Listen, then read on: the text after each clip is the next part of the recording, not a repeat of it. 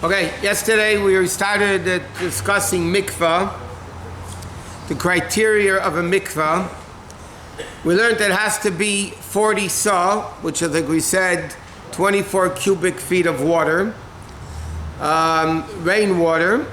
It has to be in the ground or in something connected to the ground. In other words, and this applies to a man also, if you just take a big swimming pool and stick it on top of the ground and then fill it up with rainwater, let's say, it's still not a good mikveh. Because a mikveh cannot be in a vessel.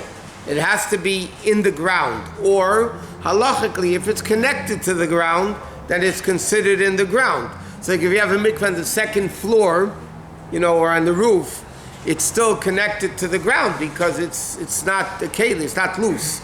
If somebody would take, it's very complicated how to do this. If somebody would take a swimming pool, you have to figure out halachically how to connect it to the ground, that it's not a keli, and there's nothing holding up the water that's mekabel tumah. I mean, it's common, but technically it could be done in a way of connecting a swimming pool to the ground in a way that it's kosher for a man, not for a woman, because again, you need to have rainwater.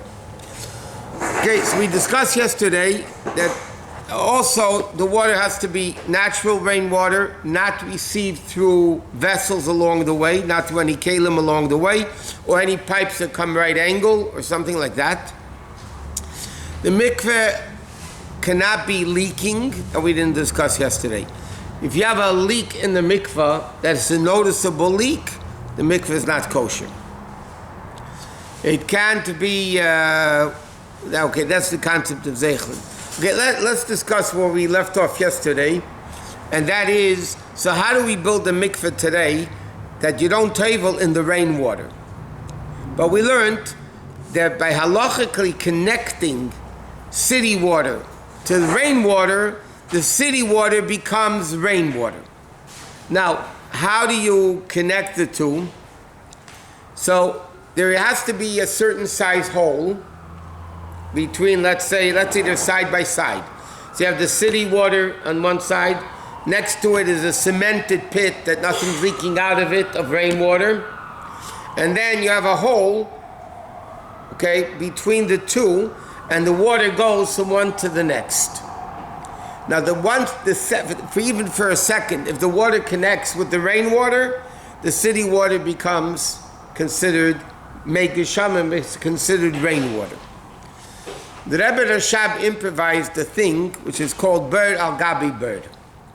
Rather than have the two birds next to each other, he wanted that the rainwater should be underneath the city water. In other words, you dig deep enough, you take the bottom cemented area, that's the one you fill up with rainwater. Then you put a covering over it with 2 holes. The custom is to make 2 holes, and then you add the city water. So then it's connected, not side by side, it's connected and top to bottom, which according to Rabbi Rashab is much better for a lot of reasons that we're not going to go into now. So you can either connect it, which is called hashaka, which means actually kissing, that the 2 waters kiss each other with a certain size hole. It can be a tiny hole, it's to be a certain size hole, and then the waters connect, or you connect it top to bottom. Okay, so the rainwater is at the bottom, the city water that you immerse in is on the top.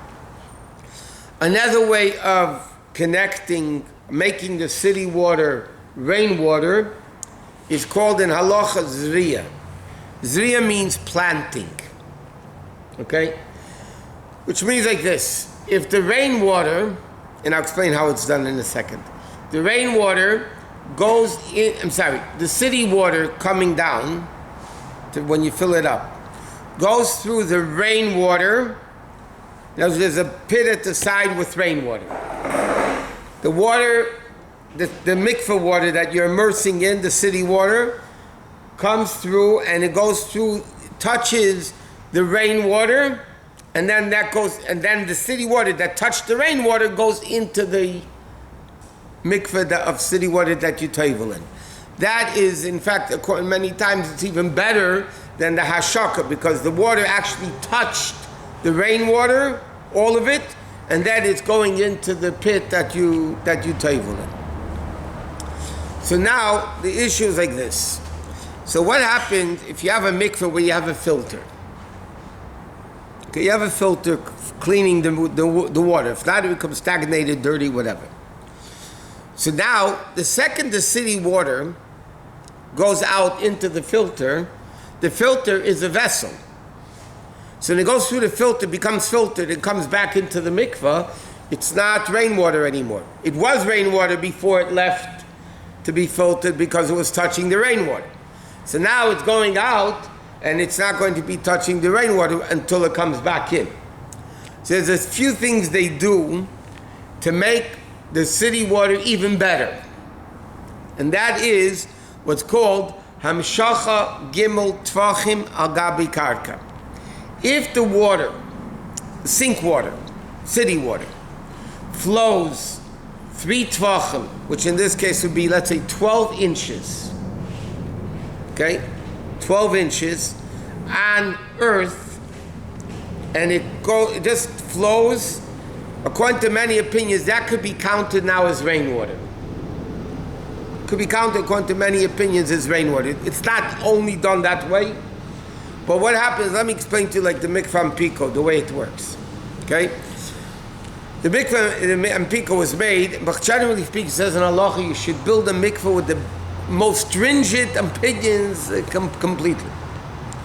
Okay, so the way the mikveh and pico is built, the water comes in from the roof, special pipes and everything, and it goes in, and then the rainwater itself, even though it's rainwater, it goes 12 inches on the ground. It's more really, but it goes 12 inches on the ground, and then it fills up the side. We have 2 rainwater, side and bottom. The pico one is both. And when you build a mikveh, you can build it exactly the exact amount of 40 saw, because water spills out, people tevel, they knock it out, they come, so you build usually double size rainwater bur, double size. So we have like this. When the rainwater just comes in, everything's empty, let's say. The rainwater comes in from the roof, it goes through the special pipes that we said, it goes into a trough that's more than 12 inches, so it's going on top of cement. By the way, it's cement because cement is earth. And it goes to fill up the side mikveh of rainwater, and it also goes in such a way that you fill up the bottom pit also with rainwater. So this is all rainwater that came directly from the roof, plus it has Hamshacha Gimel Tvachim Agabi Karka. It goes at least 12 inches on the ground. Then it fills up the side pit of rainwater plus the bottom pit of rainwater. And each one of those has double measurements, at least, sometimes even more. Okay? And then, when you fill it up with city water, so you have already a lot of rainwater, side by side, bottom. Okay. Then when you fill up the city water from the regular pump or whatever, or hose, so then you make the hose go through the cemented 3 tvachim on the karka. It goes through the side pit, touching the side pit, so you have the advantage, what we just said, of zriya, of touching it. Then it goes into the water where you're going to immerse yourself in. Okay? So you have the water that's in the mikveh is, number one, it has gimel tvachim, the 3 tvachim on the ground, plus it has zriyah, it's going into the water, it's touching the side rainwater one, it goes into the pit, and then it's connected with the holes to the bottom pit and to the side pit. So that water in the mikveh actually becomes proper rainwater, halachically. Now, when they filter the mikveh every day, so the filter takes the water out of the mikveh from the bottom, and then it goes through the filter. Then it comes again, the 3 tvachim on the cement, through the trough. Then it goes through the side pit, which is already full. If it's full, and there's a hole going out, the filtered water is going to go touch the rainwater on the side, and then back into the pit, and that's the way the mikveh is always kept clean and kosher, that it's always rainwater. Now, well, one more thing I just want to say. According to the problem is, you have to make sure the filter is not working. If the filter is working, it's not, I mean, everybody says it's a big problem. It's not really a very, very big problem, but the halacha is we're very machmir in this. Because when the filter is on, water is going out of the mikveh. Right? How does the filter? It's pulling water from the bottom of the mikveh into the filter. So that water in the mikveh is leaking out. So it might be a question of what's called zeichel, and a mikveh that leaks is not a kosher mikveh. While you're tefilling. Yeah, obviously. What? Just curious, when it rains, do we let in the new rainwater in anyway, or is not necessary? No, well, it's very difficult because the rainwater here is so scarce, and the pits are, like I said, don't forget, there's 2 mikvahs. Each mikvah has double size rainwater on the side and double size rainwater at the bottom. Okay? And there's 2 mikvahs. 3 really. But 2 are connected. Okay? So you need a tremendous amount of water. That's why you can't change, in LA, you can't change the rainwater very often. Because if you want to change the water, that means you have to empty out the rainwater, make sure the pit is completely dry, and I'll explain later in next day why. And then you know how much you have to fill up, and you can't close the mikveh because there's a lot of women here in LA using the mikveh. So it's a hassle, so you can't change the water too often, but it doesn't matter.